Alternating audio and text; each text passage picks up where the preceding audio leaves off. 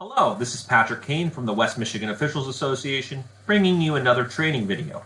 Today, we're going to talk about three-person crews, and this is a crash course on primary coverage areas. First, if you're not familiar with the term PCA, that is referring to the primary coverage area of each official, meaning the area of the court they're most responsible for. When you're in a three-person crew, there are three types of officials. There's the trail official, who is behind the player furthest away from the basket. This official is responsible for the division line all the way up to the free throw line, across the paint, and all the way down along the three-point arc, all the way down to the end line.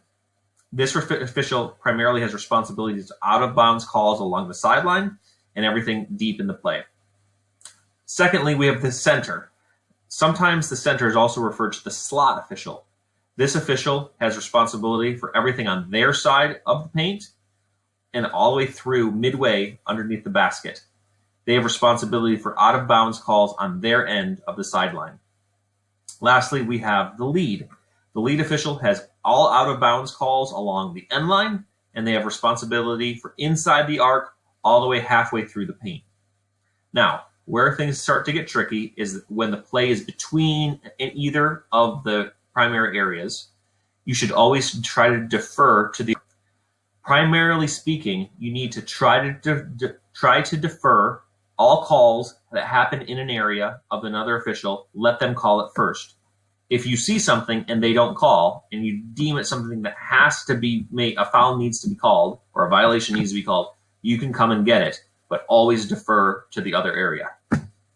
Importantly, when you are looking outside of your primary area, it's usually known as ball watching. You should really be focused on any plays or players inside your primary area. If you happen to see a foul deep in the trail's territory, a fair question from your crew or anybody else would be, why are you watching there? Do not ball watch. Don't watch wherever the ball is. Focus on the players inside your primary area. This is where we can see off-ball fouls, things that are happening. This is for good game management. Also, while we're on the slide, you see some red lines here. I want to talk about the red lines for each of these officials. The trail official should always try to at least get to the three-point arc. The main reason being, when the play starts or when play starts to develop, they need to be able to see if a toe, a foot is above, on, or behind the three-point arc when a shot happens. Most of the play will happen along the perimeter of the three-point arc, and so therefore they need to position themselves to see what's happening around that perimeter play. Sometimes you will see trail officials too deep near the division line and near half court. They're cheating and they're trying to get ready to go back down the court. That is not good position, and there's no way a trail official deep can see a play or be able to see if a foot's on a line, things like that deep. Trail officials need to always get to that three-point arc, the top of the three-point arc. Similarly, a center official is working between the trail and the lead. They need to always start at the free throw line.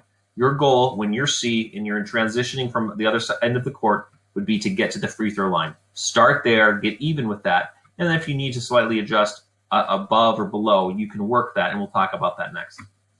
Lastly, the lead is the person responsible for initiating a transition or a rotation. We'll talk about rotations in another video.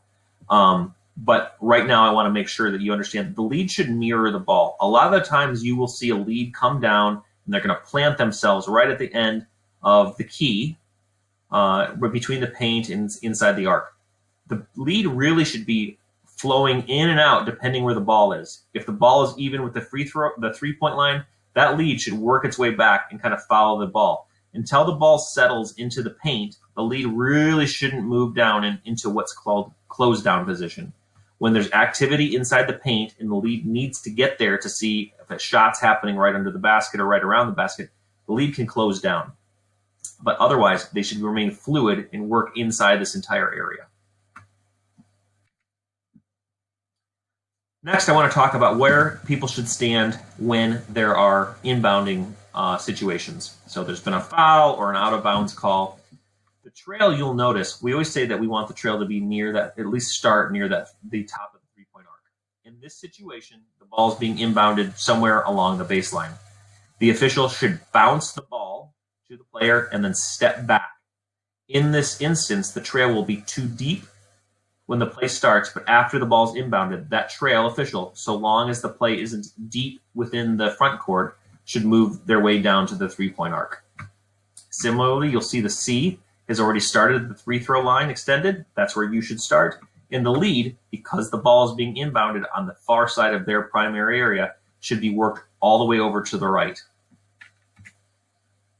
Same thing, we'll look at and take note of where officials should start or consider starting with the lead flexing based on where the ball is in their primary area. As I mentioned before, as the lead needs to move over, they should be able to freely move within their area, within their primary coverage area, to mimic where the ball is. Equally, if the C has a play in front of them where they are being straight lined and they can't see between the two players, the C should feel free to move and rotate down to get a better look. It is always acceptable for the C to move lower. It will never be acceptable for both the C and the trail to be deep within an area. That is leaving far too much area for the lead to be responsible for, and you can't get a good look unless you're low. We've talked about the three-point arc a lot and where the C and the T should be. The T and the C are the only officials that have any responsibility on the three-point arc, with the one exception, which we'll talk about in a second. The T is responsible for a three-point call, an initial signal. If the T saw a three-point shot go up, the T should lift his or her hand to the outside of their body, so towards the table in this case, to not block anything in front of them, and then only signal if and when that basket goes in. Equally, if the C has a three-point shot on their end of the arc, same situation, away from their body, initial signal, only signal when the ball goes up. Unless a three-point shot happens right at the top of the arc or right kind of in the in-between gray area between the C and the T, both officials shouldn't necessarily have a three-point signal. That would indicate ball watching. If a three-point shot happens on the T's area, the C should not have a signal until the basket goes in. So, the same way with the C having it in their area, the T should not be mirroring that signal. So if the basket went up, so the basket's at the three-quarter mark here, the basket goes up as the three-point try, the T will signal. The C should hold until they see the trail mark three-point basket's good. So again, there shouldn't usually be two officials signaling three unless it's in that gray area, which is more understandable. Otherwise, it signifies ball watching. The one area in which the lead may or may not be able to assist with a three-point call is in an especially long transition. So if there's a fast break from one end of the court to the other, the lead is ahead of it and the trail is way behind because of that fast break. The lead could help the trail or the C notifying of a three-point shot. The lead should not signal above their head a three-point shot. They should instead put three fingers out towards the floor to let the C or the trail notify that you have seen this is a three-point shot. Then let them call that three-point shot when they get into the area. Importantly, in press coverage, so we just talked about a transition, both the C and what would become the T moving to a new lead position. So when we're going, if the T was here, a shot was made or missed, or it's being inbounded, that trail is going to become the new lead as they head towards the other end of the court.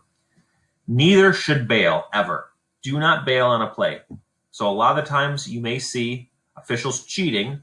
They've got a three-point shot that goes up. The trail has a three-point shot that goes up, and that official may start to bounce back, getting ready for a transition. That is cheating. Don't do that. Stay and help your partners out. If there's a backside rebound that happens or the basket doesn't go in, there's going to be a lot of pushing and shoving trying to get to that ball. This trail needs to be there to support. So hold, post, wait for the shot to go in and go or not go in, and then go. A brief pause is always helpful.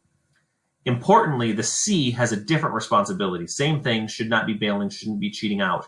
But if there's ever press coverage, especially on an inbound or a rebound, if the C has bailed and gone down to the new front court, that C has left the new trail with most of the teams fighting for position. This C, fighting for possession and position.